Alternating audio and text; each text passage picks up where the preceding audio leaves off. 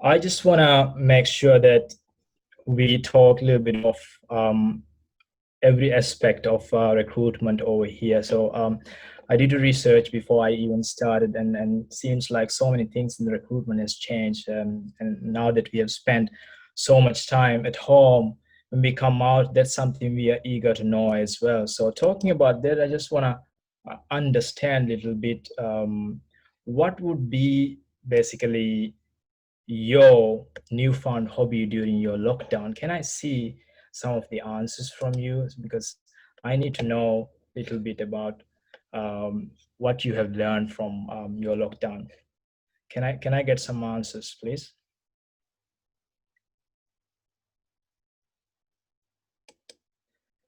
I'll go to chat.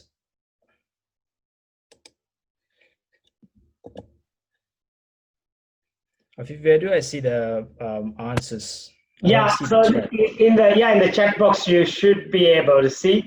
So I just help you in reading some of them. There's quite a lot of points there. It says adopt a baby parrot, gardening, learning, writing, diving. Sorry, Taraka says diving, writing. Also started gardening, took an online course, trees. Okay, I suppose planting trees, photography, blogging, spending quality time with the loved ones, painting, cooking, more self-care, reading and writing, invest on myself to be a better version of me, new language, and the list goes on. Baking, workout, housekeeping, aquascaping, gaming, tapping all talents. So you have quite a list of talents here, Shamaam. Fabulous. I like that. The reason why I asked is because I'm going to use this information for my next research. So thanks for exchanging this knowledge with me. So here we go. I just want to talk a little bit about what I've found during my research. Let me just go to the next one. Probably you have heard of this person. This is Liam Neeson. Those who have watched Taken, probably you know. There's a famous quote about him. It says, there you go. I don't know who you are. This is actually a scene from that movie Taken. If you haven't watched it, I'll tell you briefly.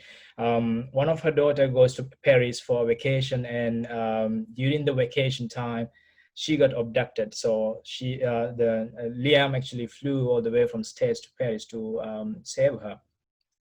So this is the moment where he actually found the contact number for these abductors, and he picked up the phone. This is what he said: I don't know who you are. Probably if you watch, you know, I will find you and I will, actually it says kill you, but I changed the wording into the context, recruit you. This is, ladies and gentlemen, exactly what we face as a recruiter today. Yeah. We are out there with a profile looking for somebody, and we have never met before, and we only have a very small opportunity or window to get that person recruited within the organization. And one thing I'm going to talk about is cultural fit. That's very important aspect that we're going to share. So I like some of you said, I have also been doing a newfound hobby that's gardening. So let me tell you a story of tomato, okay? If you're listening over here. What we are going to do is actually, I'll tell you a story from the start, just to make it very brief as well. One fine day, I went to our morning briefing. We still have morning briefing because we get some things done at the resort. And my lovely colleague from purchasing came and said that we can't have vegetables lately because all the cargo flights have stopped flying. It's getting expensive and all those things. So I went back and said that, well, there will be some other way. And then she came back and said that, look, the one we deal with is no longer able to send it to us. That's the problem. Okay. So I said, well, you got to find another supplier. So this is exactly the story of our recruitment process is. So she went and started calling different suppliers. We don't know them. We have never dealt with them. Of course, supplier will receive the phone call. We can do that. When do you need? How much do you need? And of course, we can give credit facilities. They grab the opportunity. So they deliver it. At the end of the day, they deliver it. And when we receive the package, normally we do not know what's the condition of these tomatoes, right? When we open it, sometimes it is good tomatoes, sometimes it is bad tomatoes as well. So it goes on. So this is a life of recruitment. Sometimes we messed up in recruitment because we don't know what we're there for, what we don't know what's going to get from our quest. So there's always a solution to this problem. I'm going to discuss that a little later. So like I said before, this is the process of recruitment. And what I've done is actually, one day I was in the lunch, as you can see right now. I saw those tomatoes. So this is a real story. I'm not making it up. Yeah. So I sliced it up and I put this in a pot, just like this. Yeah.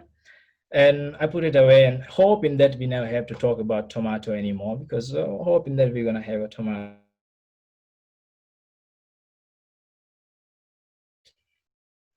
So I'm going to talk a little bit about flow of recruitment here, because this is what we need to understand. What are the changes that came all the way through process of the recruitment? When we talk about recruitment, I'm gonna slowly show you different steps. For example, starting with job posting. LinkedIn has been tremendous, remarkable changes that has brought to recruitment and recruitment platform in particular. If I talk about LinkedIn, I would say that technology-wise, they brought big data to the industry, as well as different other plugins has been enhanced within the LinkedIn platform. I want to talk a little bit about technology. I don't know if my slide would work because I actually did clicking process. Just let me, never mind, I'll do a different way. Tone of voice. I'm going to talk about technology a little later on when we talk about job posting. But one thing I want to highlight here is job posting. When we post job, that is our first impression, basically. So the way it is presented, the tone of voice that we use in the job post is pretty important for us. Okay, and that's why it is important for us to make sure that the proper tone of voice is always used, because the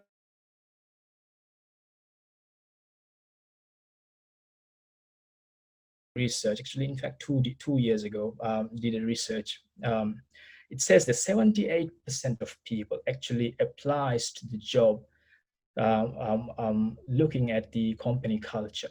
And funny enough, 63% apply job because of the compensation. You can see value is actually 70 people ticked company culture as an important aspect, and 63 people ticked compensation package as an important aspect.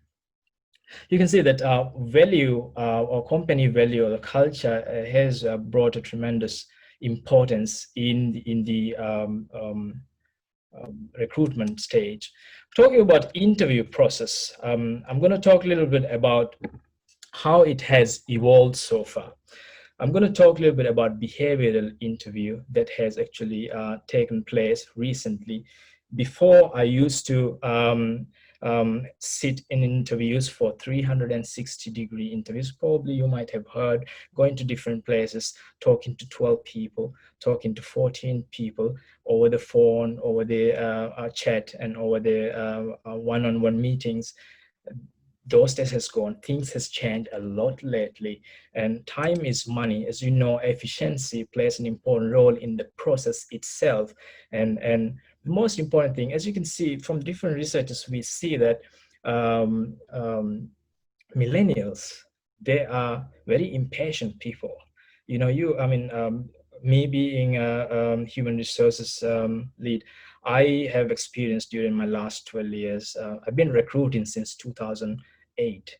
So I've met thousands of people. I've read thousands of CVs and gone through some horrible experience to wonderful experience and hired great gems as well.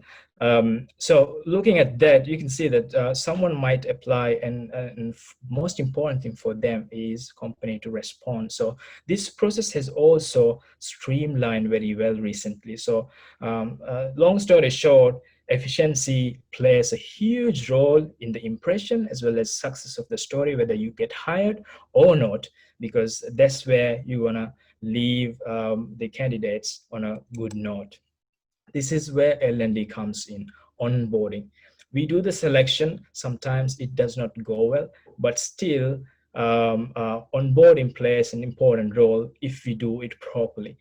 L&D is the function where that actually jumps in and groom the person, shape within 30 to 60 to 90 days period. So during this time, what is most important thing? Actually, most of this, what I'm listing, is done by big companies. But I want to focus little on small and medium enterprises, companies that works in this country, basically focusing on that. Because if we want to develop the country as a nation, it's important that we all play a role individually at that level. Even though we don't pick up the pace, it's important at certain stage of the organization that these tastes are there. Talking about onboarding, what do you call this? Talking about onboarding, the strong start is so important that first 90 days, actually first 3 months, plays an important role. Person to make a judgment on the anticipated culture that the person perceived about the company. So that's why it is so vital to talk about the company culture. Let me just highlight quickly about Airbnb. As you know, this is about $2.6 billion worth of a company. This is a surprise company. What happened was actually Airbnb came up with the company, and company grew so fast they did not even have enough staffs. Then they had to come up with new talents, and they quickly came up with strategies. One thing they did is they didn't even have a company culture that they could actually stick to. So they did a brainstorming and all of those things, and they come up with the storyboarding. What they've done is they use their central hallway to segment every potential piece of sequences that goes from the moment that you shout out saying that you need a talent until the person finished 90 days period, and so forth and ongoing. Yeah. So everybody in the organization knows what to expect and what to represent as a company in the process of recruitment. And after that, critical moments are being highlighted. That means they all together and came and concrete establishment was created over there, saying that each one should go with 2 interviews, each one should go through a psychometric test, yada yada yada, all of those things. And after that, candidate being very honest by the company.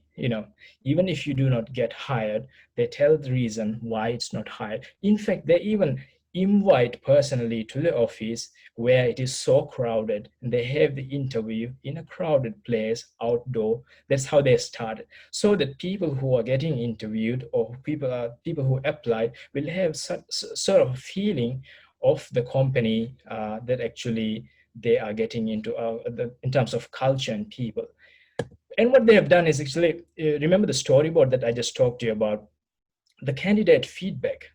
They start taking the candidate feedback. What they have done is they have given green sticker and red sticker sticky notes to each of the person who spent 30 days within the organization. So what they have asked is, go through the storyboard. This is what we are supposed to do, but I'm sure that we must have failed at some point and we must have done strongly. Where you think we can improve, put red, and where you think we can continue as strong, put green. So people get to say something about the onboarding process that they just came through. So it gives a feedback process as well. So I think that's a very interactive, very interesting way of doing it. I'm not saying that you all have to do it, but this is a wonderful idea for you to establish, because at the end of the day, recruitment is such a natural phenomenon. If you earn money, you have to have a job. If you want to have a job, there can be some kind of recruitment. You understand what I'm talking about, right? Checking out the inspiring companies, what they have done, Airbnb, what they have done is actually they went back and started applying to Agoda, Expedia, Booking.com. They went through the process of competitors, and they adopted what are the good things over there. So there's no problem in copying. There's no problem in picking up the good things from the competitors. If you have to do that, do that. You know, after all, we're here to improve and add value to our organization, right? So that's a little bit about the process. I want to talk a little bit about blueprints, where I want to highlight a little bit about um, uh, um, research that Stanford actually came up with. This research says that there are actually three kind of skills that you normally see in Silicon Valley successful companies. Three kind of mentality that you find normally from the founders of Silicon Valley successful startups. So one is that skills. You know, they have a job description. They want to look for somebody who can do the job technically. That is well and good, perfect. Because at the end of the day, programming and coding, as well as mechanical engineers and hardware designers, these are the people they want. They are needed, extremely necessary for successful design of a product. Apart from that, there's also another kind of blueprint that we talk about, stars. So we call it stars. People who are potential of agility in transforming to a creativity. Basically, what I'm trying to say is they wanted to see what are the ceilings of your potential. They wanted to see what can you contribute in terms of creativity to the company. So this is another sort of blueprint when looking for talent within the successful startup 200 companies that Stanford did research on Silicon Valley, and they realized that this is another sort of talent that people look for. Another one is cultural fit. As you can see, they are looking for people who share the same value. They are looking for people who really aspire what the company aspire for. It's undivided emotional connection with the company. That's marvelous to see, but it's very difficult to recruit. Um, uh, that's where informed recruitment process is so important, so that hiring manager as well as recruiter understand the philosophy and the culture of the company to make sure that you are aligned in that. I want to have a quick gut check. If you want to hire out of these three, what would you prioritize? Can I have some chats over here?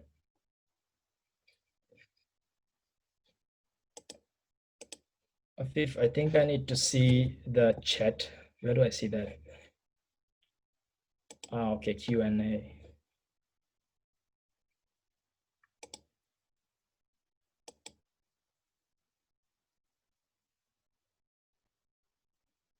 Yeah, I can see cultural fit skill, cultural fit stars. Skill can be taught, of course. Skills, stars. Culture fit somewhat relevant skill. If we make mistake in recruitment, that is where we will miss the place, right person to the right position. Yeah, that could either be attitude or lack of skill. So I can see a lot of cultural fit. I can see a lot of stars. Everybody want to aim high, but it's important that culture also can't be taught all the time as well. So we have to make sure that people share the same passion is in the organization. That's an important aspect. Yeah. So result of this, survey that they have done, they said that if you bring cultural fit, the companies who focus on cultural fit, significantly less likely to fail. In fact, out of 200 samples they took, 0% fail. They have successfully done their first 2 years with the um, good margin of profit or close to break even, and 26% of them reach to IPO. They start selling stock publicly. So just wanted to convert the perspective, give a perspective of how important culture relate to profitability. It makes sense, right? Let me talk about top trends. Top trends in recruitment. I actually wanted to use my mouse over here, but it does not work. So anyway, diversity. Diversity is so important. I'll tell you a story about diversity. There is a company called Demio. Yeah, Demio is a company that actually design, what do you call it? Design different products for companies. For example, one of the design that they have done is Apple mouse for Apple company. So you can imagine they have to go through a lot of research, a lot of intensive understanding of the product, as well as the company culture of the client that they are working with. So what they have done is actually they hired a lot of creative designers, and they're doing marvelous job. And one day they got an assignment to design shopping cart, the middle shopping cart for a company in China, and they don't have any Chinese over there. And they had to find out what their values are, what kind of things that they look for from China all the way. So what did they do? They started hiring anthropologists to understand the culture, so that so they actually done a fantastic job understanding culture to identify what these people value about products like this.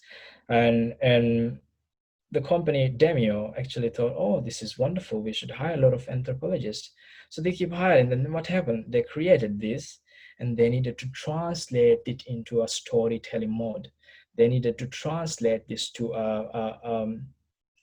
in a way that people will buy the product. Now they need script writers. So they start hiring script writers all the way. So through this process, then you actually realize people who think like the way we think does not make 100% contribution as well. We need different diversity.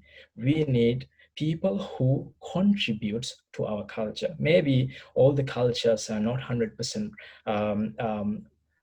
competent or 100% fulfilling. There are ways that you can always improve within the culture. So Demio started looking in a different way. Instead of hiring people who they value, who share same value, they started hiring in different other aspects. I remember Eddie's presentation. He was talking about his different industries that he talked about in practice in human resources.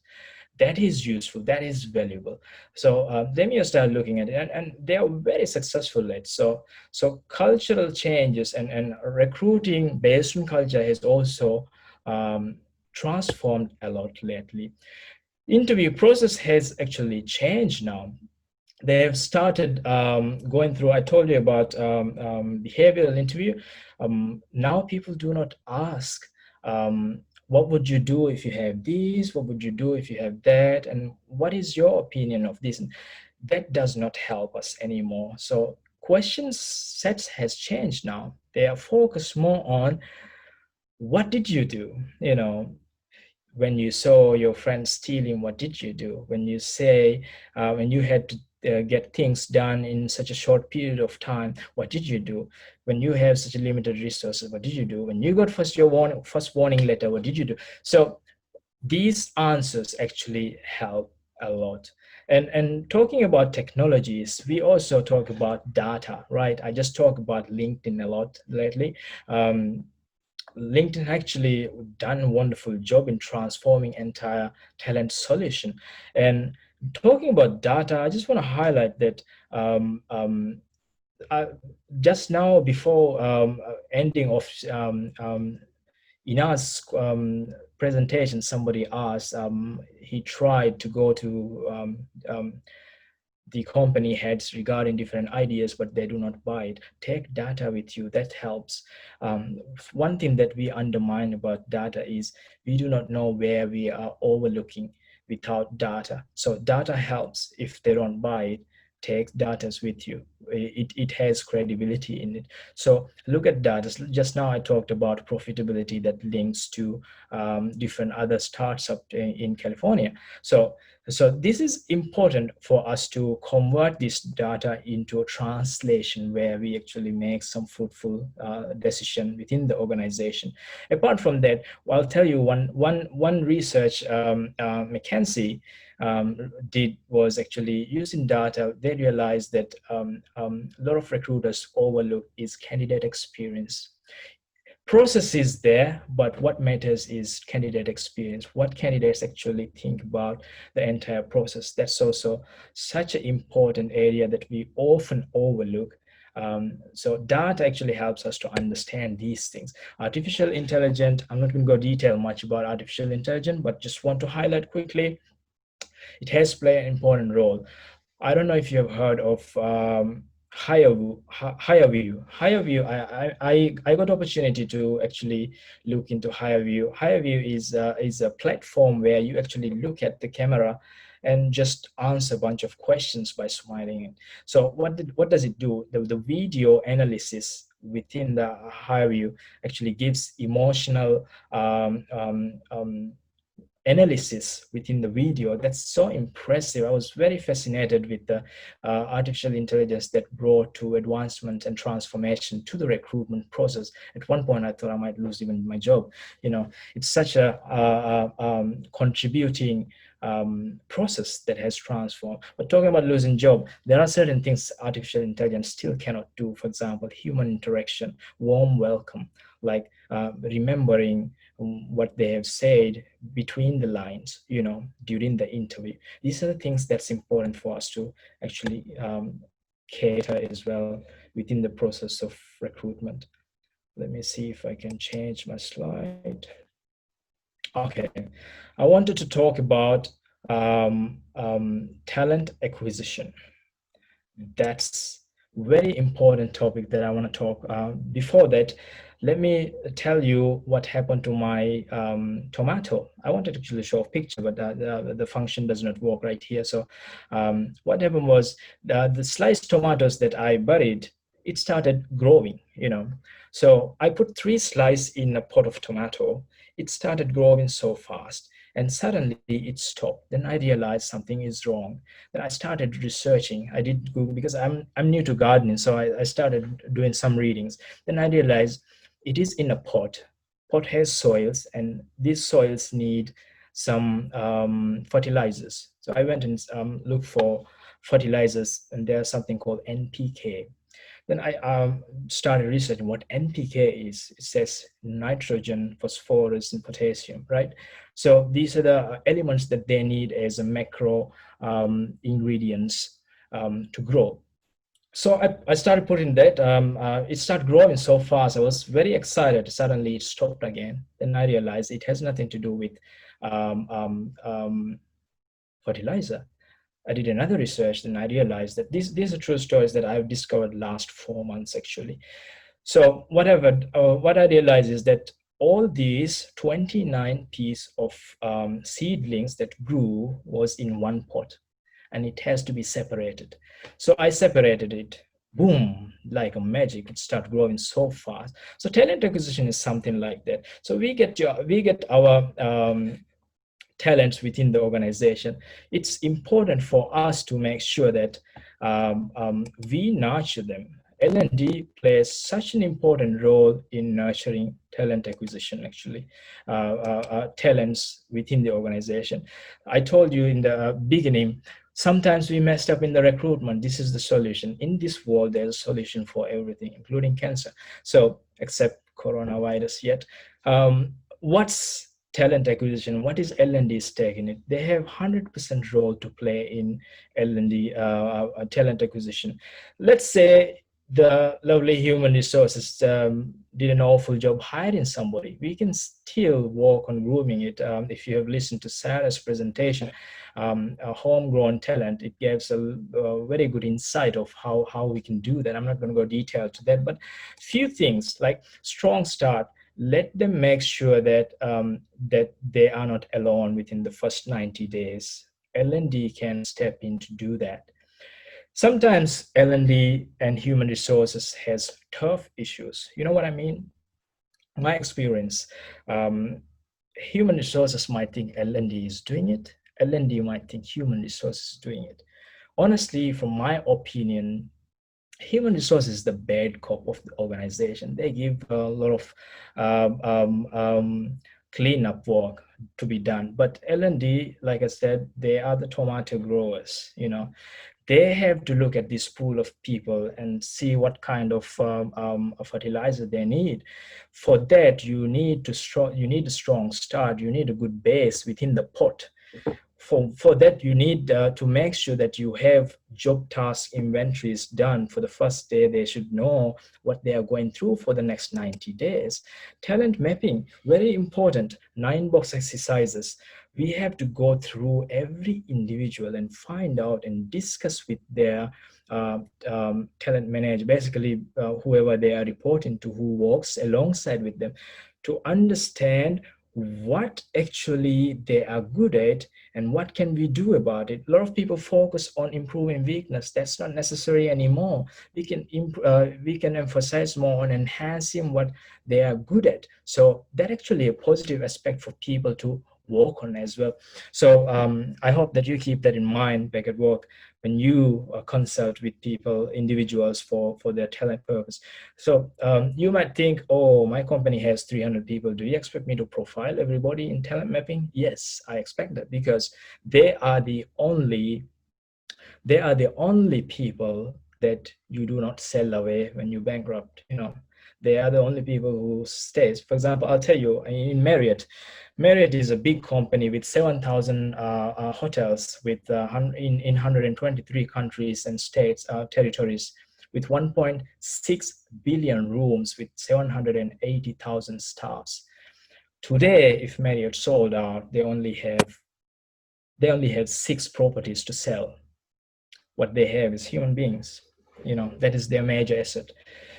Just a simple example. I'm not saying all the organizations are similar, but you can see this is important. This is so important for us to understand where our talents are, where the gardener who's cleaning or the roads want to be. What's their aspiration. Succession planning, we should have a backup plan for everyone.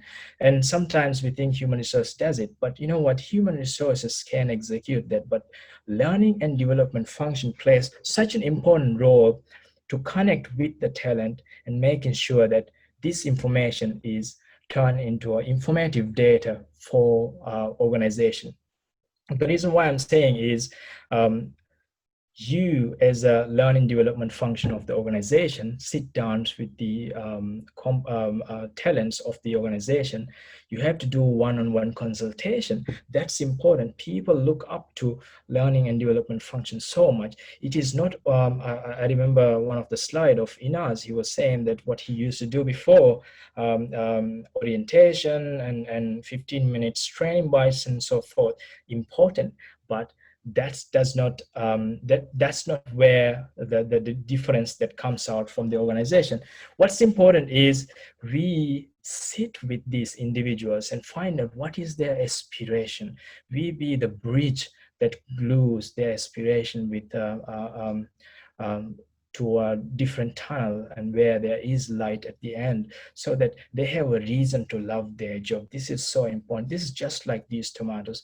Just now, when I came up from my office all the way here, I saw these little tomato trees that I planted. They were like this. Basically, they were like pretty big. Then I realized, oh, today morning I did not give water to them. So I just gave water.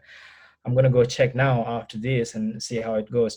But if you don't feed that, it just goes on. Somebody very important to me once told me, if you do not fertilize the garden, it just goes on. It does not bloom. So human resources, I mean, L&D is such a important role that we can play in this. And you might think, what is, how can I embrace to that? This is where I want to talk a little bit about partnership. This is very rare thing that we find. This is my last slide, so I'll be faster so I can finish on time. So here I want to talk a little bit about where in the partnership head. It's still very rare to see in Maldives this title. I can see in other countries, human resource business partner, learning and development business partnership. So business partnership is such an important thing. I think, I mean, some of these has been discussed with Ina's presentation. He talked about this is about time you report to somebody else, right? I honestly think so. You don't necessarily have to report to human resources head all the time. You can be an individual person who can contribute. I mean, individual function that can contribute. Honestly, I think they need a seat in the strategic table, because I'll tell you one example, just very simple example. Marriott, they have such extensive plan for their development within the Asia Pacific. So they have so many hotels that's opening. So me being involving in the strategic conversation, I realized one thing, that every 3 days Marriott wants to open a hotel. This is how intensive, how the intensity of the development strategies that Marriott has. And if we do not be in that conversation, we do not feel that, we do not take that pace as seriously as they want us to be.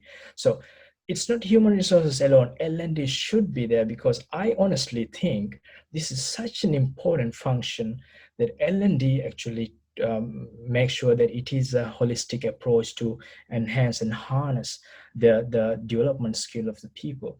And for that, I also encourage you to be an expert in that. What I mean here is, you have to be a function where people really believe in. You can't just be finishing 1 month or quarter by just doing orientation. And if you are the only L&D person, and you are also taking care of your human resources, I mean, small companies, small medium enterprise companies, it is how it works. It's even better. You have all the controls to play it around with, be creative about it. So what's important is you even have to coach your executives. That's such a crucial function, because sometimes they do not have experts. I'll tell you one last important example. In an organization, let's say there is a finance manager, let's say chief accountant, for understanding point of view. So his job is making sure that all the general ledgers and books are being maintained, right? And he helps with financial control, yada yada yada. So yeah, the company provides trainings and resources for him. What happened? Eventually, he grows. He understands. He can excel in what he does. And at the end of the day, companies start trusting. He become a reliable person in the company. At the end of the day, he becomes the head of the department. And within the course of those 2-3 years, the only investment company must have done for that person is, most of the time, I'm not saying all the companies are like this, most case scenario, the trainings that's being given are tactical, all about accounting, finance, best practices, yada, yada, yada, audit, tax, and all so forth. No one actually, turn around the table and say that, what, he's becoming a manager. He's going to look after human beings when he goes up. What happened? When he gets promotion, he does not do what he used to do before. Someone else does it. And his expertise are on the tactical side. When he starts looking after people, there is where leadership knowledge is required. So as an expert of the L&D process, it is your responsibility to go to these tables and tell, look, this person is getting developed. I think we need this and that. And you have to have a strong voice about that.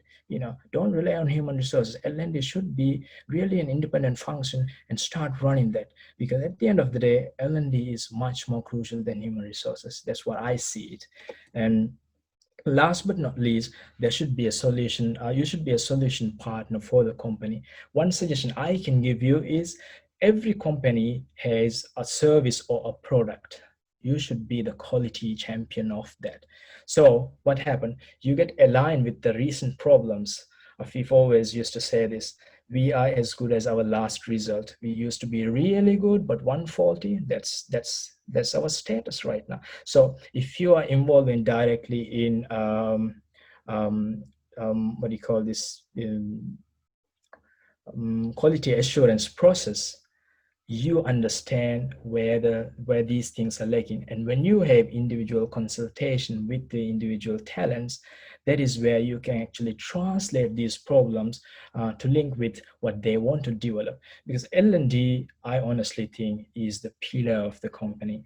So that is all the time I have for this. And this is the real picture of my garden. What I've done is I've changed the pot, and last week actually my tomato plant has created flowers. And if this conference was actually about 30 days later, I would have actually changed it to a fruitful plant. That is all the time for me. Thank you very much. Over to you, Afif. Thank you, Shama. Oh, wonderful sharing there. It's like the story of how the idea of the tomato came and how it ended up. Well done, well done. You know, my key takeaway from that is obviously the process of recruitment is something that constantly evolves, right? So if we, of course there are, set strategies, set process, but we should not just stick with the traditional form. We should actually make ourselves, focus on learning how can we always be better, right? Because the better your internal recruitment process is, the better that you can actually serve the bigger purpose of the organization, hiring the right people. I want to take one or two questions before we actually go to the next item on the agenda. And one of the questions that from one of the participants is that, do you think it's important to provide feedback to candidates who don't get selected, and why? If you could enlighten us on this briefly. Yes, I'm huge supporter of that. In fact, I give feedback immediately. For me, I have conversation with the person. By the end of 45 minutes conversation, you already know what it sounds like. Don't keep them waiting. Give the instant feedback immediately. But be honest, that's very important for them because they value that. And most important for us is to ensure that deliver these messages in a positive manner. Yeah, it's important. Yeah, very good, very good. And I check one more question here. As a recruiter, and I think this relates to the previous question, but I thought this was such an important point here. As a recruiter, how do we convey the message in the most positive way? So I suppose it's referring to the message of, that you're not getting hired for this role, because there are times where you have all the interview, you had the final interview, and it sounds like that they hired you, because the way the interviewer asked the questions, but then you decided that, well, you can't hire that person for whatever reasons, right? How do you convey that message in a positive manner? That's a very important question, actually. A lot of people working in human resources have this struggle on doing that. Recently, I did a pre-opening and I opened a position for front office manager, and that's one role, one person we are talking about. We got 1,200 applications. Can you imagine? Out of that, we did interviews with about 40 people. So there are different levels of communication. Obviously, these 1,200 people do not get to talk to personally me, for example, and there should be. Airbnb did something wonderful. They went and applied to other companies and understood what they are doing. Actually, I wanted to put, before I did this presentation, I actually applied to Google and see what they're doing, and they responded and saying, "Hello, Shamaam. There are tons of companies out there, and yet you choose to apply to us." I felt like that's so honest and pure. Immediately I felt the company culture right from the first sentence, and later they say, yada yada yada, and we might take a while, we might not even consider you, contact you because of this. So It's important for us to be honest and true about that.